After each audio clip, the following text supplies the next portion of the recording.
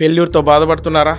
నా జీవితంలో ఇంకా సక్సెస్ చూడలేను, ఎప్పుడూ ఫెయిల్యూరే, లైఫ్లో సక్సెస్ అనే మాటకు కేర్ ఆఫ్ అడ్రస్ నాది కాదు ఇంకొకరిది అని బాధపడుతున్నారా?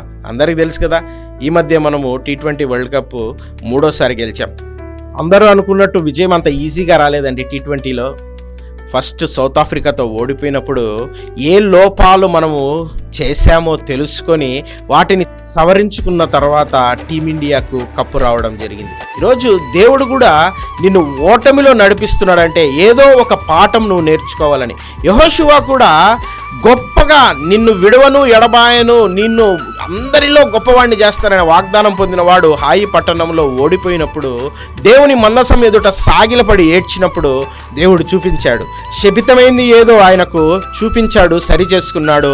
తర్వాత విజయాల దిశగా ఎన్నడూ యుద్ధము లేనటువంటి గొప్ప రాజ్యాన్ని స్థాపించాడు. కాబట్టి ఈరోజు ఓటమి నిన్ను సరి చేయడానికి, ఓటమి ఇంక ఎన్నడూ ఓటమి చూడకుండా ఉండడానికి, కాబట్టి ఈ ఓటమి నిన్ను విజేతగా నిలపడానికి, ఈ ఓటమి నిన్ను గొప్పవాణ్ణి చేయడానికి. కాబట్టి ఓటమి నుండి పాఠము నేర్చుకో, పరిశుద్ధిని వైపు నీ యొక్క తలంపులు నిలుపు. దేవుడు ఓటమి లేకుండా సక్సెస్ని నీ కేర్ ఆఫ్ అడ్రస్ చేయాలని ఆశపడుతున్నాడు. Praise the lord.